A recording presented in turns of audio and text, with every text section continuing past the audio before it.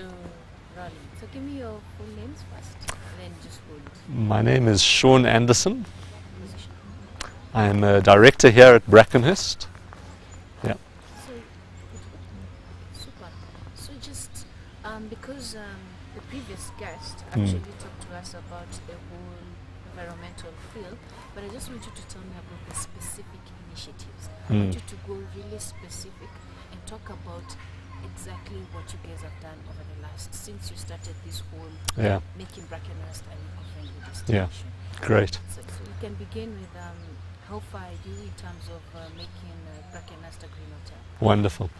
Yeah, I think Brackenhurst is a very special place in terms of the environment, and obviously it's a journey. Whenever you are wanting to be an eco destination, I don't think you ever reach where you want to be. Every year you're constantly trying to improve and to find ways to work better with the environment, to make more of a positive impact on the environment.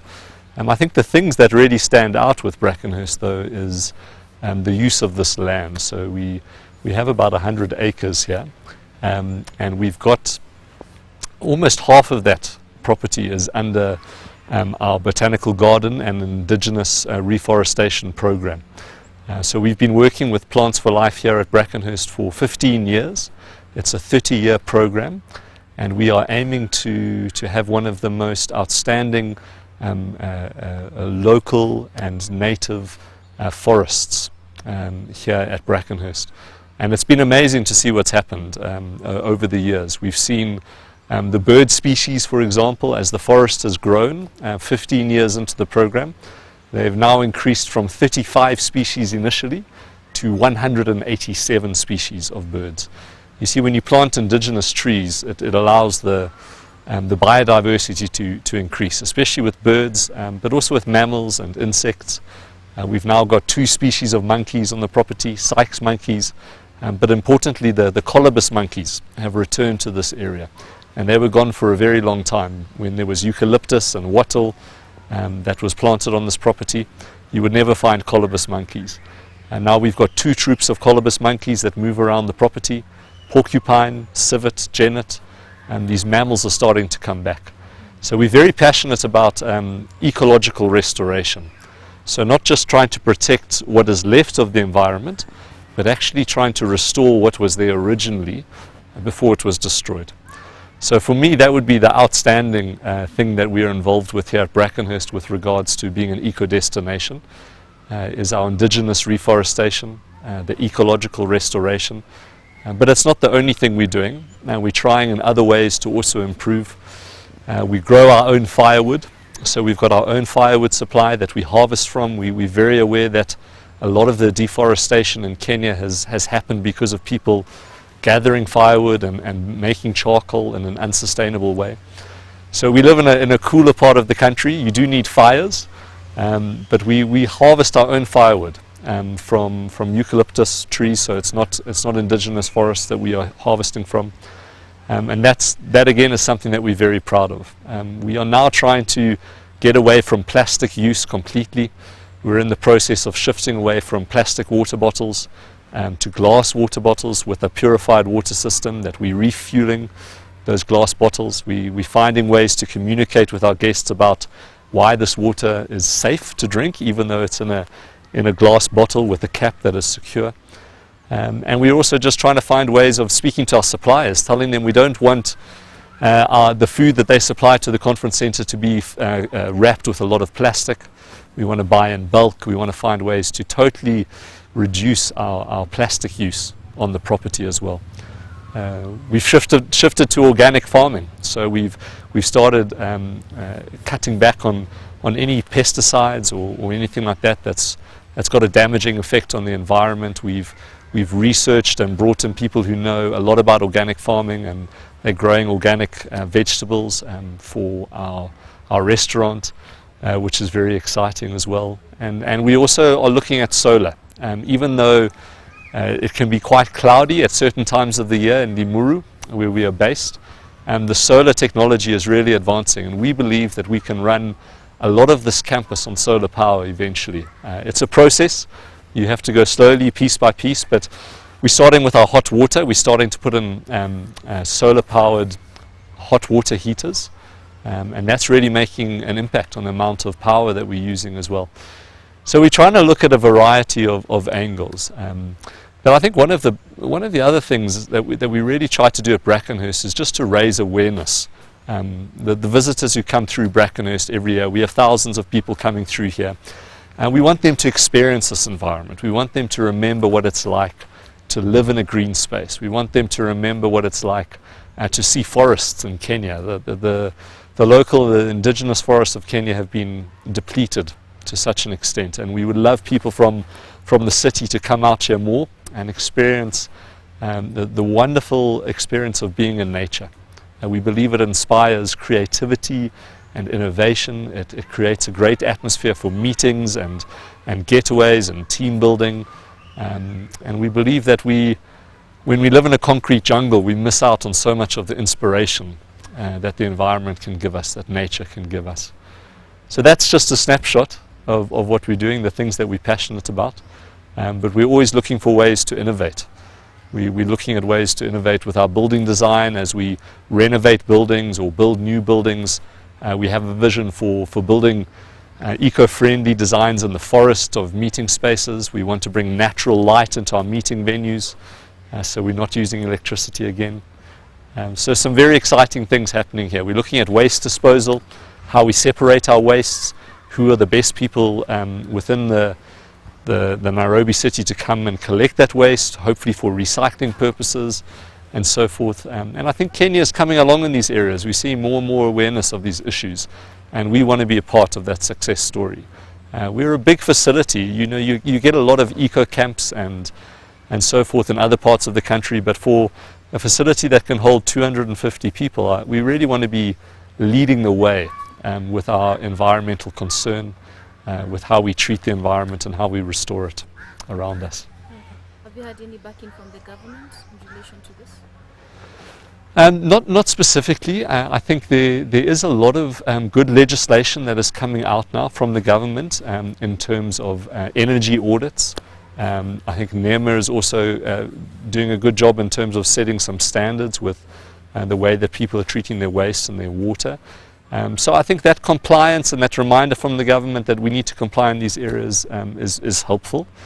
We would love to see the government doing more in terms of raising awareness as well. Ecotourism Society of Kenya, we have a lot of respect for their work. We've had discussions with them about their rating system for accommodation facilities, and I know that they are working on an urban rating system that's not so specific for lodges and safari destinations, but for facilities like ours that are in the greater Nairobi area. So we've had some fantastic discussions with them, and they've been very supportive of the work that we're doing, and we hope that will continue. How important is for business to support environmental initiatives? How important? Because you know the first thing that businesses think about is making money, which is of course the main purpose. But how important is it for businesses to actually support this initiative? I think it's hugely important. I think the destruction of the environment, not only in Kenya but worldwide, has been driven to a large extent by businesses who are only focused on the bottom line. We talk about a multiple bottom line here, where we say, yes, we need to be sustainable as a business, we need to be profitable, we need to make sure that we can serve our guests and pay our employees, but we need to look at other bottom lines as well. And one of those bottom lines for us, a very big one here at Brackenhurst, is the environment. We need to make sure that when we look and measure our success at the end of a year, and we're not just looking at the financial results, we're also looking at how did we treat the environment, how did we restore our environment. I would also say though that it's not only important from an ethical point of view for businesses to be looking after the environment, but it's also good business. I think people are becoming more and more aware of the fact that they should be supporting institutions who have a good environmental conscience, who are looking for ways to lessen their impact on nature, and not just to lessen the impact, but actually to improve the environment around them. And so we believe that as we take care of the environment, our guests will take care of us also. We believe that it will build loyalty towards this place, as people are part of a bigger story. I think when people stay at Brackenhurst, they can know that they are part of doing something very special with the forest here, that they are supporting us as we look for ways to innovate with our environmental program. In December 2015, there's an agreement in Paris, the COP21 agreement, and governments and of course businesses, including craft foods, mostly Western companies, agreed, oh yes, we're going to put carbon emissions actually to a level of below 2 degrees, effective 2020. Do you think the world is actually, it's identified this is something we need to do, we should be doing actually? Do you think we're in the right path? Well, I think the decisions made in Paris were hugely encouraging. I think it was the first time that we saw that level of unity across the globe, that level of political will. I think what needs to happen now is that we need to see that actually come to action on the ground in each individual country. And I think Kenya is part of that. Kenya, we've got a responsibility to say this is not just all good talk on paper, but actually we are going to be determined to lead the way and to reach our targets and to reach our goals. And that's not just for the government, but that's for every Kenyan, every business owner, every NGO, every school. We run an international school here at Brackenhurst that has a huge environmental focus. And I think we need to start with the kids as well. Everybody needs to get on board that journey. And we're passionate, especially with the children at Woodland Star School here at Brackenhurst, about right from a very young age instilling the sense of responsibility of caring for the planet, of being connected with the planet, being connected with this incredible environment that we're blessed with here in Kenya, and the responsibility to look after it and to be problem solvers in finding ways to push back the environmental decay of the last few decades. Any recognitions by the international community? Not yet. You know, we are still fairly young on this journey. The Plants for Life, our partners in the indigenous forest, have been recognized. So we listed as one of the most significant botanical gardens in Africa, which is very exciting. So certainly the forest has been recognized, but I think as an institution, as a conference venue, I think that recognition will come. As I said, we're looking at getting rated by Ecotourism Society of Kenya. That will be a good start. But we hope that there will be increasing recognition in Kenya for organizations like ours who are doing their best to make strides forward in this area. And anything else you want to add in terms of on an outlook basis? Sorry, on that?